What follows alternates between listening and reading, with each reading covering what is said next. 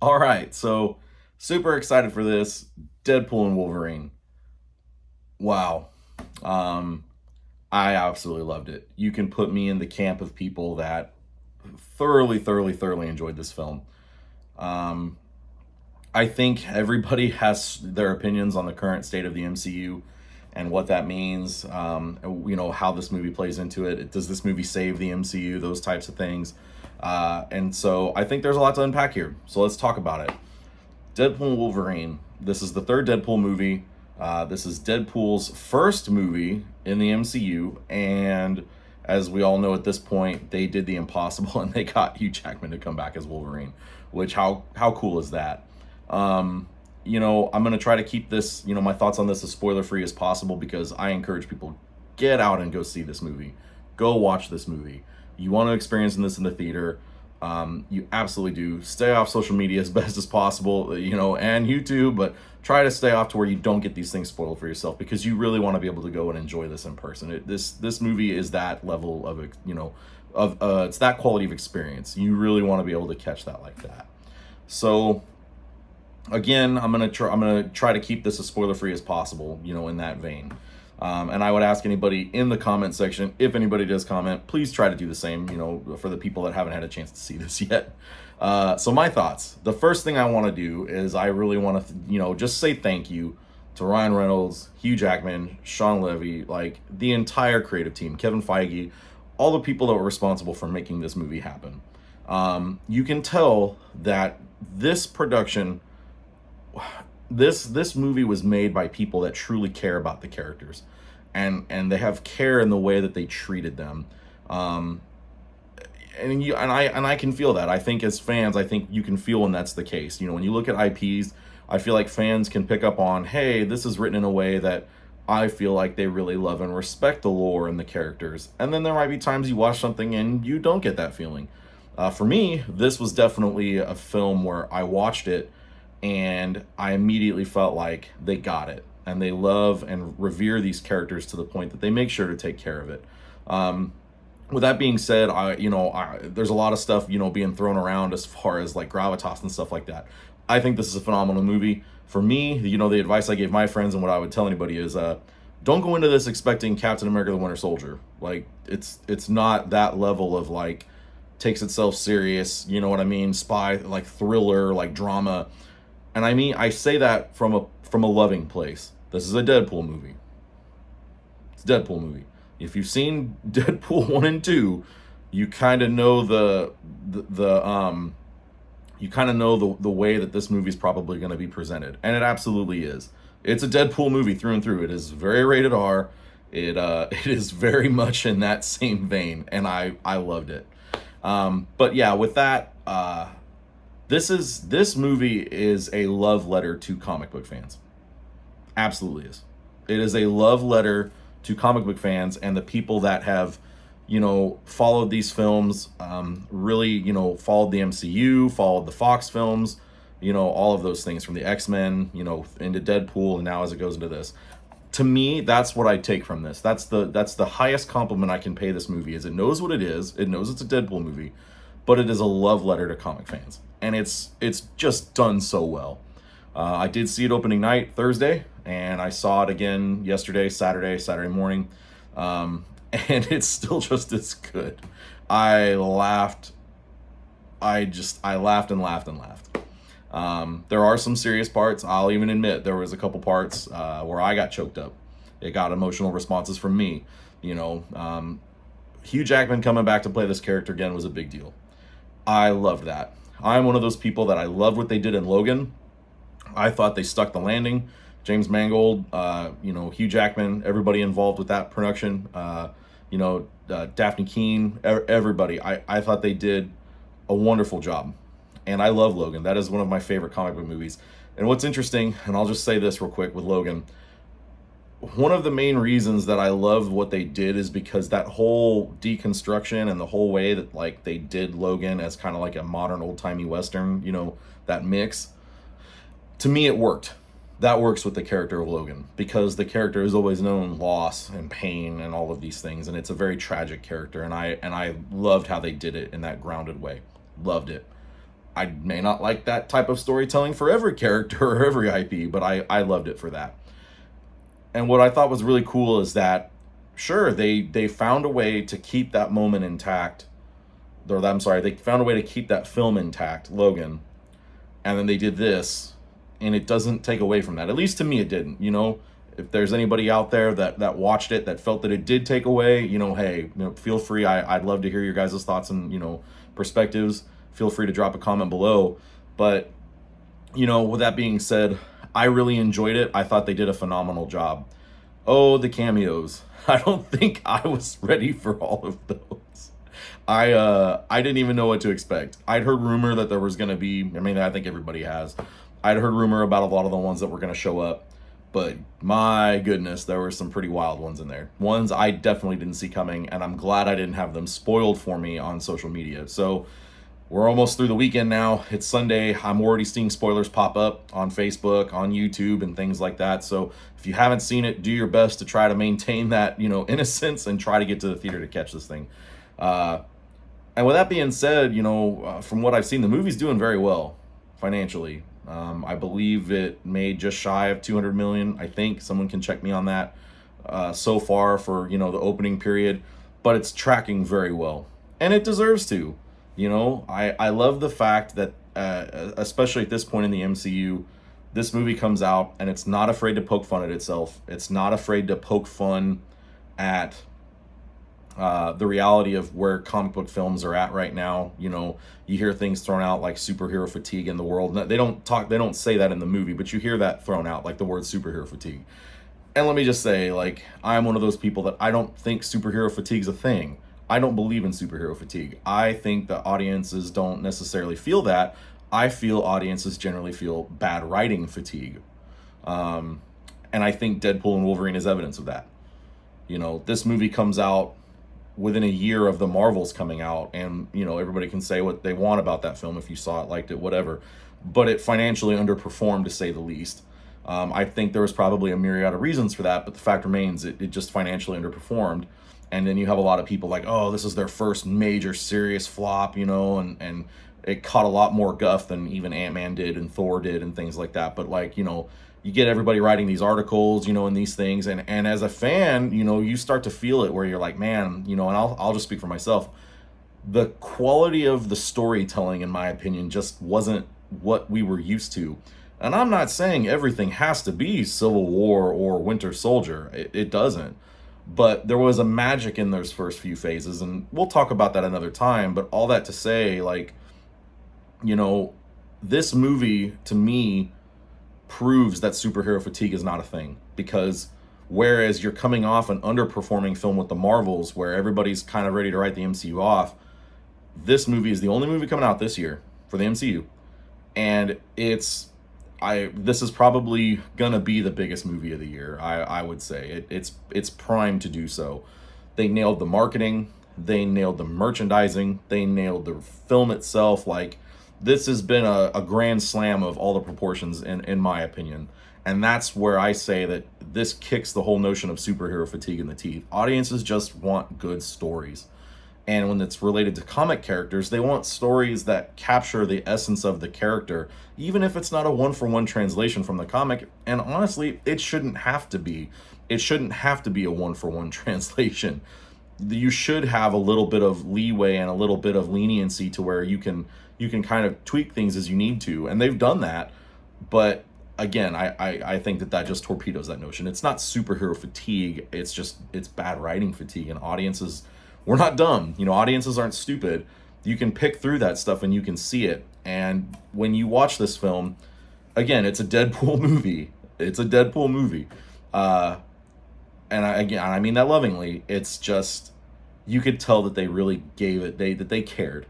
They really cared when they put this together. So, you know, tip of the cap to Ryan Reynolds, Hugh Jackman, Sean Levy, Kevin Feige, you know, everybody that was involved in this, for making this a reality. As a fan, seeing Wolverine in that costume and seeing him with Deadpool, what a cool moment. What a cool moment as a fan. And like I said, there was moments where I could tell you it's not just mindless kill 'em, blood and gore Deadpool fun. It had some very resonant emotional moments too.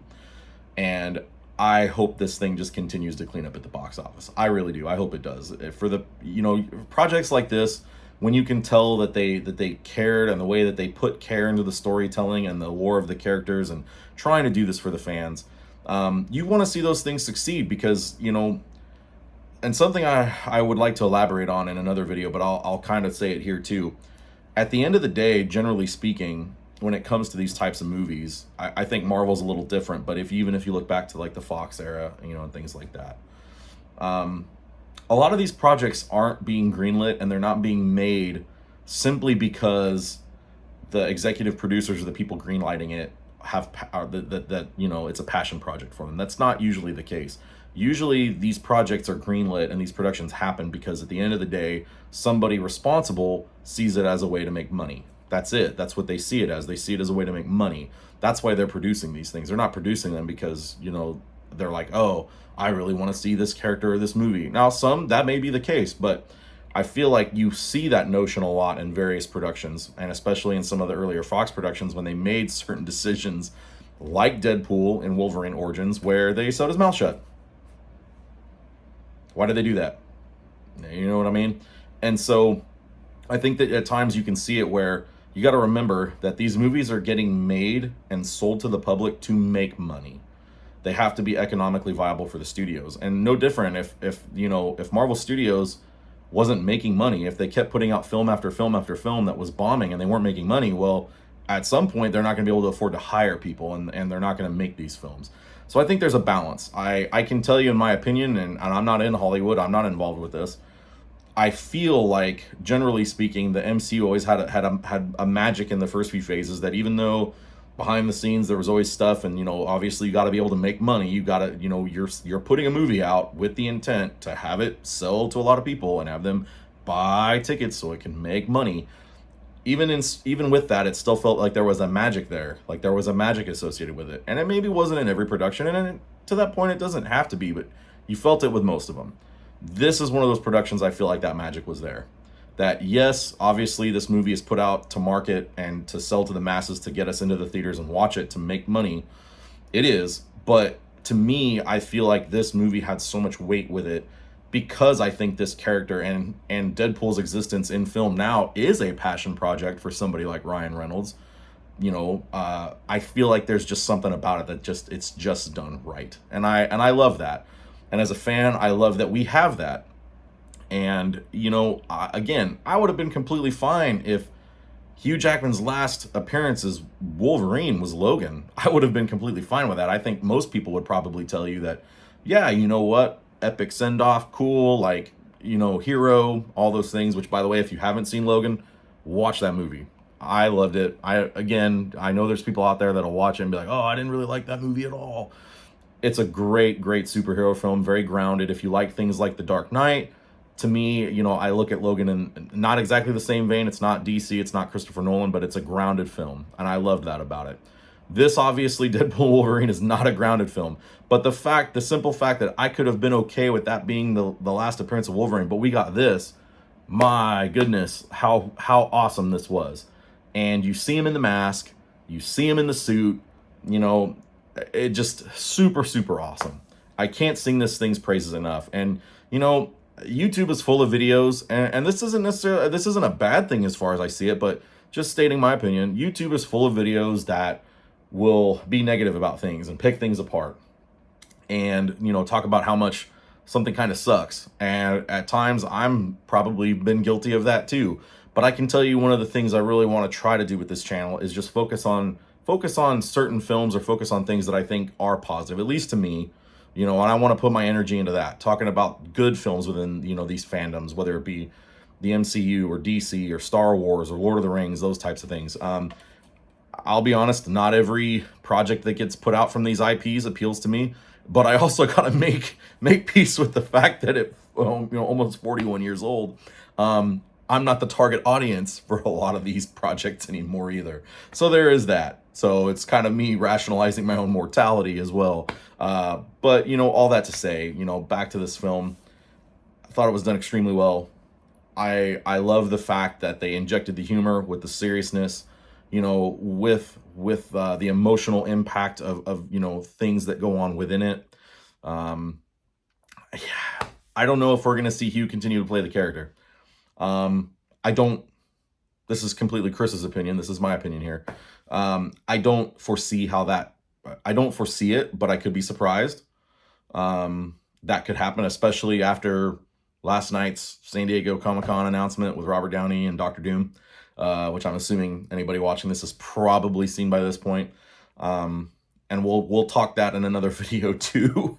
But yeah, I don't know. I would love to see Hugh Jackman back again, but I think he's been pretty clear about, with the diet regimen, what it takes to do it. Who knows though? I mean, we got him back for this, so I guess it's not impossible. But I do find myself saying once again that if this film, Deadpool and Wolverine, if this was to be the last time that we see the character, on the big screen, I would be okay with that. I would be completely fine with that. I think the portrayal was awesome. I think it was impactful. I think it captured the spirit of, Deadpool with Wolverine. This is very much a buddy cop movie for, slightly older folks like me. If you're familiar with things like 48 Hours, or movies like that, or really any buddy cop movie. If you think of all the great buddy cop movies, from Rush Hour, things like that, you always have the two that play off each other. This is very much the spirit of this film. It's a buddy cop movie, except it deals with, the TVA. And I don't know. I really, really enjoyed it. I really loved what they did with this. Excuse me. And I'm super excited to see, Deadpool continue in the MCU. One other thing I do want to hit on, and I hear this brought up a lot on various channels and various creators and things like that. And I think everybody is entitled to their opinion here. But you hear a lot of things about, does this movie or will this movie save the MCU? And I'm not gonna lie, I feel like that's kind of an unfair weight to throw at this film. From my own perspective, no, this film does not save the MCU. It doesn't. I don't think any single film was going to do that. I don't think Spider-Man No Way Home was going to save the MCU. I don't think Guardians of the Galaxy 3 was going to save the MCU. And I can think of specific reasons why they weren't going to. Just like I would tell you the Marvels wasn't going to save the MCU, even if it was good. But I feel like when you talk about a film like the Marvels, I feel like it probably could have, in a way, had a little bit more weight to bear if it had performed better. And the logic behind that is that, when I say that, Spider-Man No Way Home was chock full of cameos of characters that there was no intent on continuing to build a concrete story around all of them. We know that it's Tom Holland Spider-Man. It wasn't going to be Andrew Garfield. It wasn't going to be Tobey Maguire, which they may end up doing other films, but thus far I haven't been inclined to think so. So that movie wasn't going to save the MCU because we all kind of went into it, after we saw it. We knew that was a one-off shot, great one-off shot, but still, as the story continues, the coolest thing they did, and I'll just plug this in with Spider-Man, they made that trilogy his origin story. He's Spider-Man now. So, but with all that to say, that film wasn't going to save the MCU. So when you then talk about Guardians of the Galaxy 3, I didn't think that movie was going to save the MCU. We all went into that knowing that was the swan song of the Guardians. There was no way that was going to save it. When you look at this film, Deadpool and Wolverine, I don't think it's fair to say that this film needs to carry the weight to answer that question. And that said, I don't think it does save the MCU. I don't think it can. Once again, you're back in a position where we don't know what's going to happen with the character Wolverine. We now know officially we have a film with mutants and Deadpool in the MCU. Like, it's a thing now. You see the X-Men get kind of brought in on a post-credit scene in the Marvels. Now you have an X-Man in the movie and you hear this talked about, but we don't know their plans. I mean, obviously, I think as you tie in the Fantastic Four, you have Secret Wars coming, and now you have Doomsday, which is the official title of the 5th Avengers film. It's no longer Kang Dynasty. Sorry to, the Kang folks out there. And we'll talk about that in another video too. But obviously we see the direction they're going. I just don't think it's a fair assessment to say that this movie needs to answer that question. And I just don't think it can. I don't think this movie does save it because it didn't need to. What will save the MCU is consistent, and I mean this, consistent writing wins. Consistent, better storytelling. That is really what is going to save the MCU, in my opinion. It needs to be consistent wins with storytelling. They absolutely can do that. You know, they absolutely can. But to say that one film was going to do it, one film ain't going to do it, and let alone one wouldn't be this one. And that's okay. This film goes into it not trying to be that. The Deadpool and Wolverine is not trying to save the whole MCU. Like, obviously, there's the joke where he's like, I'm the Messiah, I'm Marvel Jesus. And I will say that, you know what? I guess if I think about it from a different lens, does this movie save the MCU in the sense that it makes you kind of get that feeling back? So, yeah, let's go with that. I could say as me personally as a fan, this movie made me feel a way and walk out feeling a way that I haven't felt in some time since Spider-Man No Way Home as a fan. Admittedly, I'm older, so the nostalgia of Wolverine, hit just like with the Spider-Man characters. That's fair. But I hadn't left the theater or been excited with when the music kicks, when the movie starts and it's doing the little Marvel intro. I was so excited watching this, even the second time. And I haven't felt that in a while. And so for me, when I think, does it save the MCU in that regard? For me, individually as a fan, sure, it restores a lot of that love I had and it makes me feel that way. And it makes me excited to see what's coming. But again, I don't think that this film fairly should hold that weight, if that makes sense. I don't think that we should say, oh, because this movie performed well, the MCU's back. No, Deadpool and Wolverine aren't going to be in every movie. Sean Levy's not going to direct every production, and the writers involved aren't going to write every production either. Where it needs to really resonate is with with Kevin Feige, honestly. Like, that's where this has got to really go because he is the captain of the ship. Um, all that to say, though, I love the movie. I thought it was awesome. You got to go see it. You got to go see it. I do have the special edition hot toy on the way, so I'm looking forward to getting that and doing the review, which I'll also post since I'd like to be able to do some of those things too. But I'm super, and that's for the Deadpool. I'll be waiting on the others in the Wolverine. But yeah, I really can't sing this film's praises glowingly enough. I thought it was awesome. I really did. I hope that for the fandom, I hope that you guys get a chance to watch it without it being spoiled, and I hope you guys really enjoy it too. As fans, these are the type of productions that we deserve to be able to enjoy. Again, in the theaters. Like, if you want to watch it when it streams, that's cool too. Chances are you might get some stuff spoiled, but if you have the means and you're able to, go experience this in the theaters. You wanna be in that like rock concert environment where it's just super exciting. And it's those moments I feel like you feel so connected with the fans. Like, that's what makes Marvel movies an experience. And like, that was a thing that to me returned watching this movie and seeing that. So does it save the MCU?